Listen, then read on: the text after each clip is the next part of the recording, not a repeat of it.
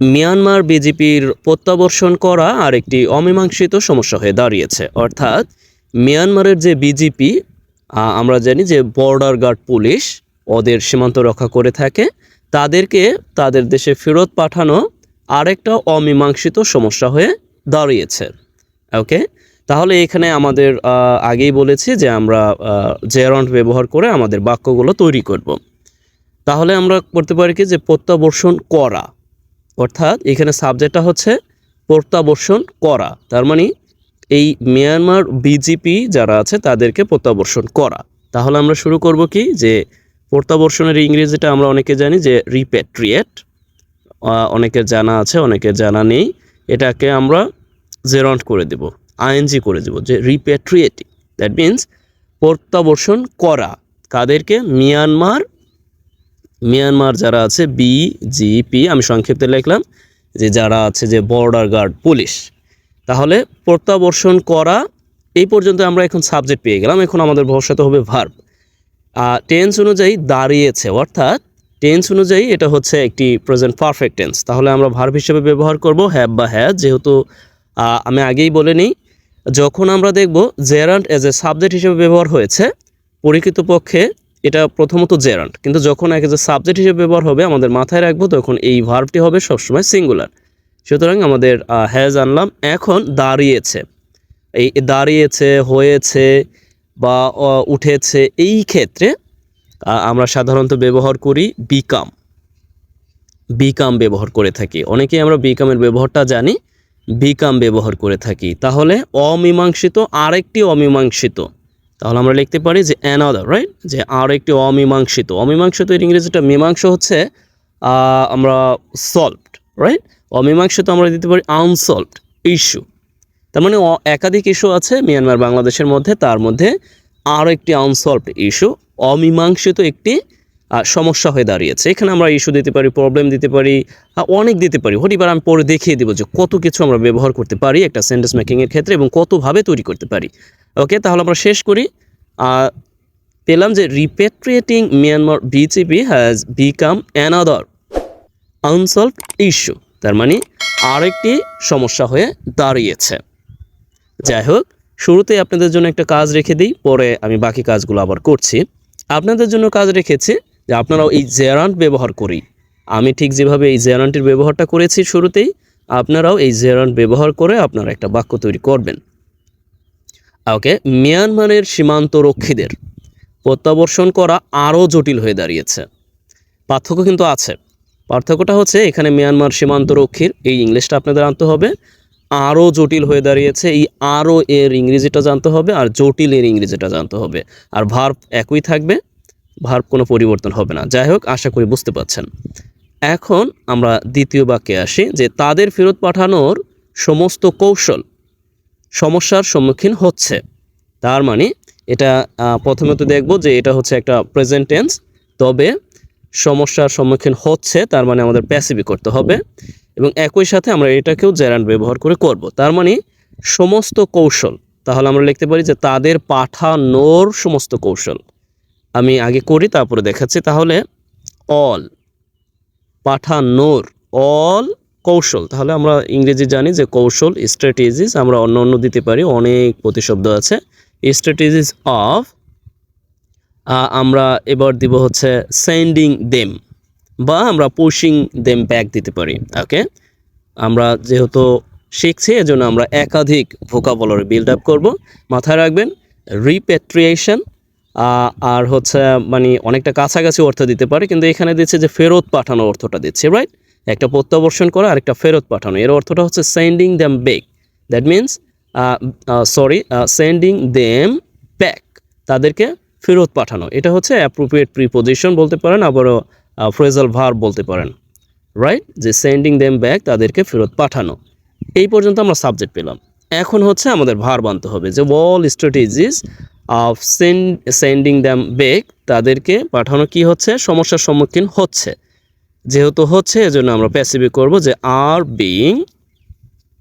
Being faced with problems, right. আসলে সমস্যার সম্মুখীন হচ্ছে কারণ তাদেরকে নিয়ে যাওয়া হয়েছে সেই কি বলে আপনার সমুদ্রপথে, সেখানেও দেখা যাচ্ছে যে আরাকান আর্মি আছে পরিবার। আমরা দেখি যে আমরা কিভাবে করতে পারি। তাহলে এইখানে আরেকটা ব্যাপার, এইখানে যেহেতু অফ ব্যবহার করেছে, অফের পূর্বে যে সাবজেক্ট আছে অল স্টাডিজে, যেহেতু একটি প্লুরাল সাবজেক্ট, এর জন্য আমরা ভার্বটাও প্লুরাল নিয়েছি, এখানে আর দিয়েছি। আর এই সেন্টেন্সটাকে প্যাসিফিক করেছি। অনেকেই বুঝতে পারছেন হয়তো বা অনেকে বুঝতে পারছেন না, সেই ব্যাপারটা অবশ্যই কমেন্ট করে জানাবেন যে বুঝতে পারেননি। ওকে, এরপরে হচ্ছে আমরা তৃতীয় সেন্টেন্স দেখি যে যদিও বাংলাদেশ সরকার। ওকে, আমি আরেকটু বলে নিই। এইখানে জেরান্ড প্রথমে তো জেরান্ড আমি ব্যবহার করেছি অ্যাজ এ সাবজেক্ট হিসেবে, দ্যাট মিনস সাবজেক্ট হিসেবে জেরান্ড ব্যবহার হয়েছে। এইখানে জেরান্ড ব্যবহার করেছি, একটু বলে না দিলে সমস্যা। এইখানে জেরান্ড ব্যবহার করেছি দেখুন প্রিপোজিশনের পরে, অর্থাৎ প্রিপোজিশনের পরে জেরান্ড ব্যবহার করতে পারি, বা প্রিপোজিশনের পরে আপনি যত আইএনজি যুক্ত ফর্ম দেখবেন দ্যাট মিনস হচ্ছে সেটা জেরান্ড, অর্থাৎ আইএনজির মতো কাজ করবে, দ্যাট মিনস ভার্বের মতো কাজ করবে। এরপর আমরা দেখি যে কিসের পরে আর জেরান্ড ব্যবহার করতে পারি। যদিও বাংলাদেশ সরকার বিজিপি সদস্যের স্বদেশে ফেরত দেওয়া শুরু করেছে, কিন্তু এটা ভালো কাজ করছে না। ওকে, তাহলে আমরা এখানে কি করতে পারি যে যদিও বাংলাদেশ সরকার, তাহলে আমরা লিখতে পারি যে যদিওর ইংলিশটা আমরা জানি যে অল দো বা দো পরিবার। যদিও বাংলাদেশ সরকার কি করেছে, শুরু করেছে তাদেরকে পাঠানো, রাইট? কারণ আমরা জানি যে ইতিমধ্যে শুরু করেছে। অল দো বাংলাদেশ গভর্নমেন্ট, তাহলে আমরা দিব কি হ্যাজ স্টার্টেড, যেহেতু এটা শুরু করেছে অর্থাৎ প্রেজেন্ট পারফেক্টে আছে, তাহলে আমরা কি দিতে পারি স্টার্টেড।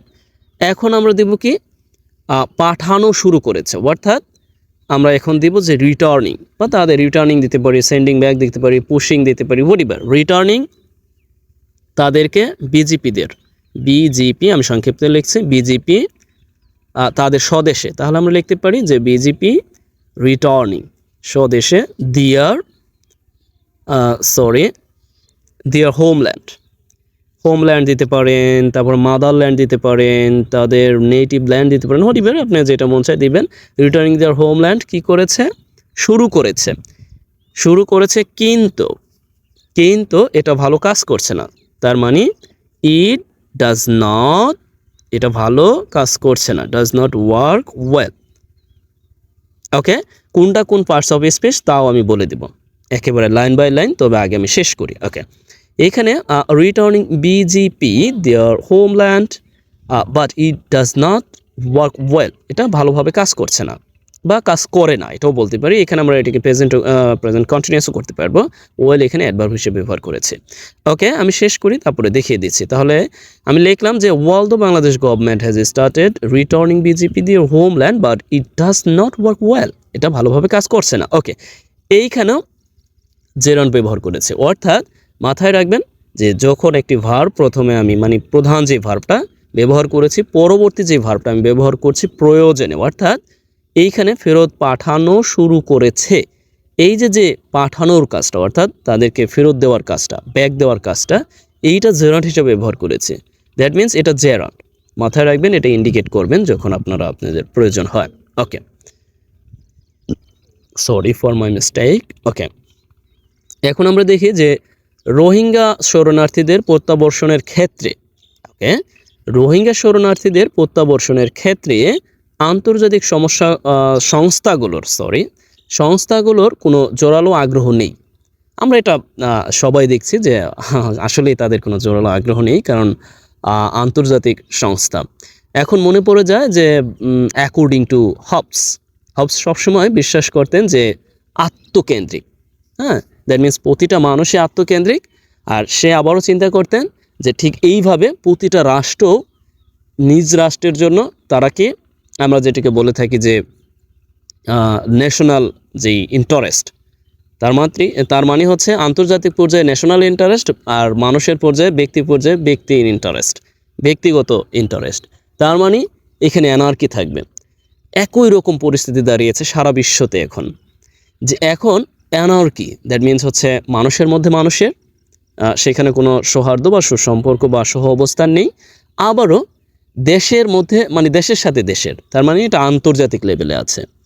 আর এই অ্যানার্কিক সিচুয়েশনে there is no authority and which can resolve any issue well, মানে এই যে মাঝে কোনো ধরনের অথরিটি নেই, বৈশ্বিক পরিমণ্ডলে কোনো ধরনের অথরিটি নেই যে এই বিশ্বকে একেবারে ঠিকঠাকভাবে পরিচালনা করবে।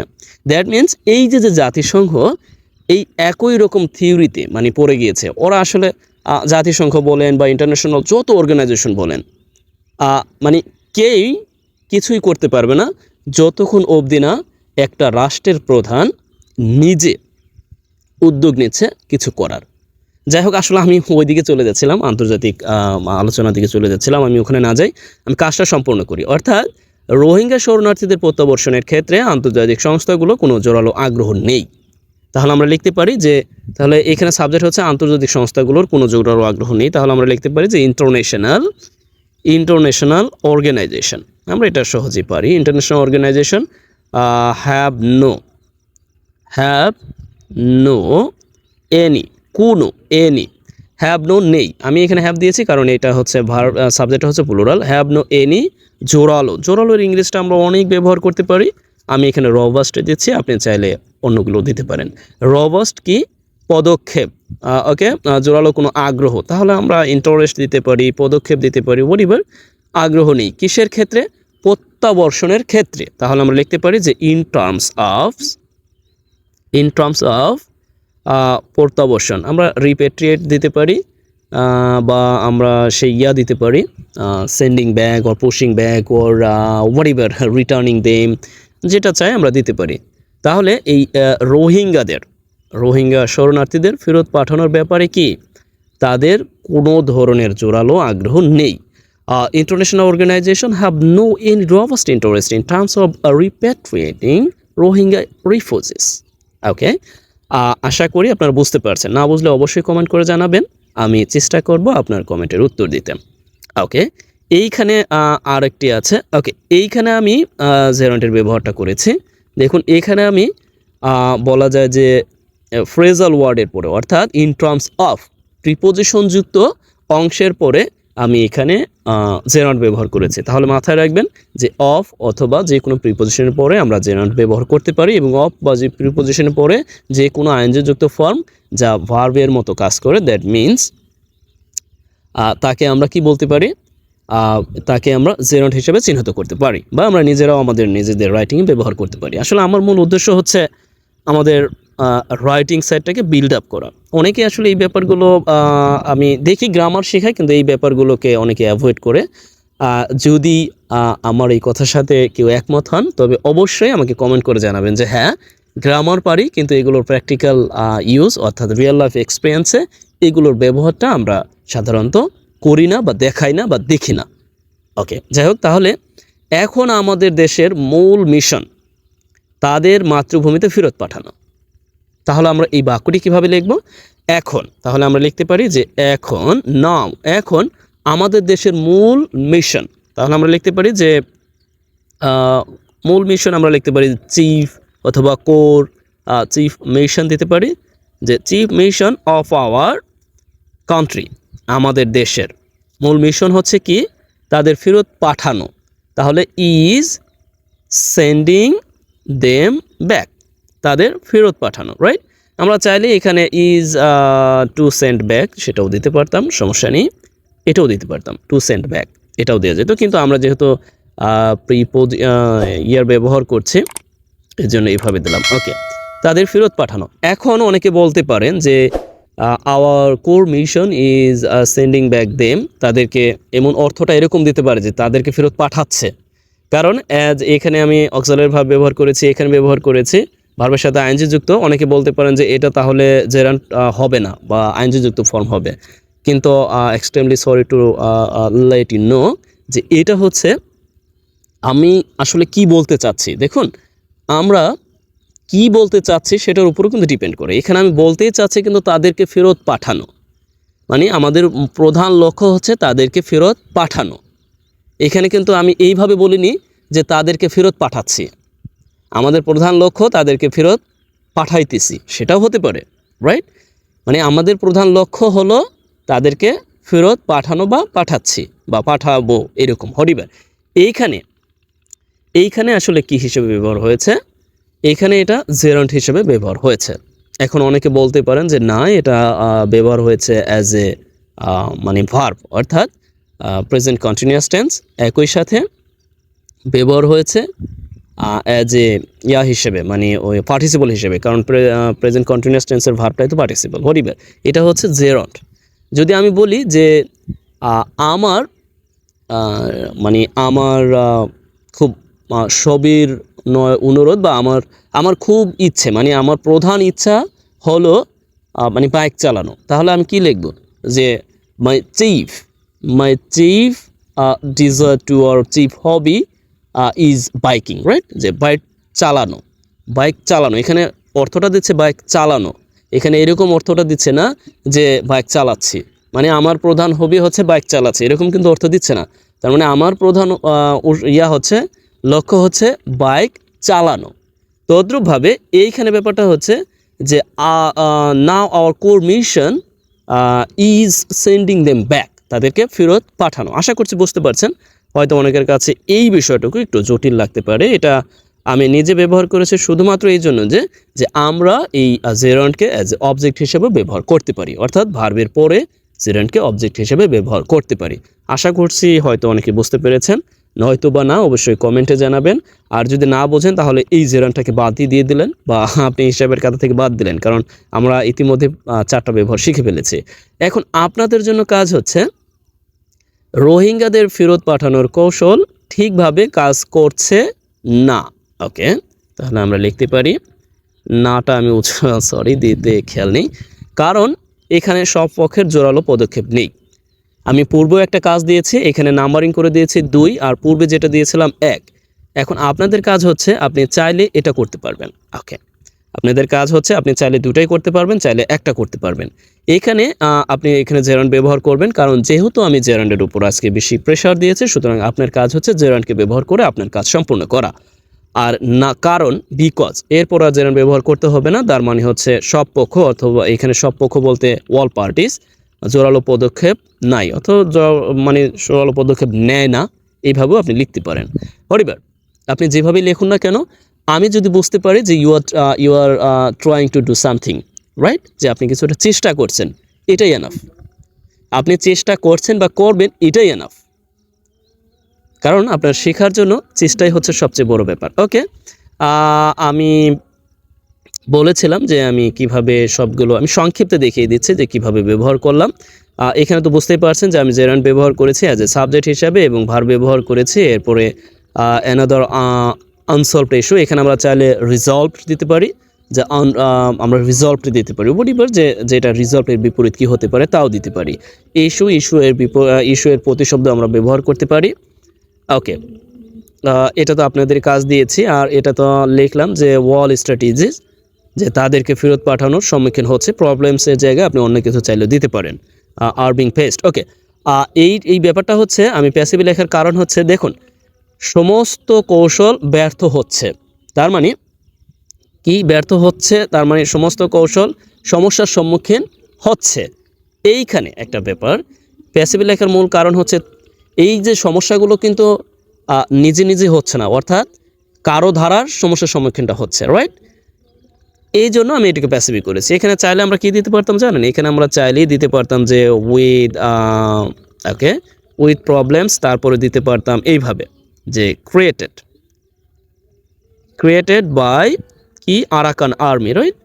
যে আরাকান আর্মির দ্বারা তৈরি হচ্ছে সেই সমস্যার, মানে আরাকান আর্মির দ্বারা তৈরি হওয়া যে সমস্যার সম্মুখীন হচ্ছে তাদেরকে ফেরত পাঠানো, রাইট? এইভাবে আমরা চাইলে লিখতে পারতাম।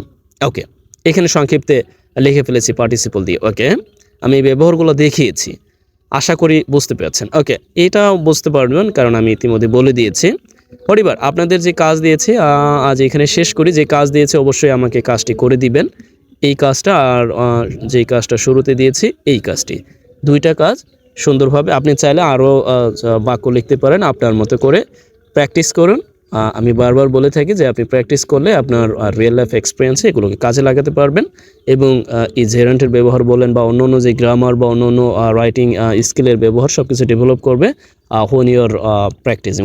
হরিবার আজকে আমাকে এখানে শেষ করতে হচ্ছে। Best wishes for you. তবে একটা ব্যাপার আমি সবসময় অনুরোধ করে থাকি আপনাদের, please invite them and those who are very interested learning English and those who are very interested learning something new. হরিবে আজ আমাকে এখানে শেষ করতে হচ্ছে। ভালো থাকুন। Best wishes for you.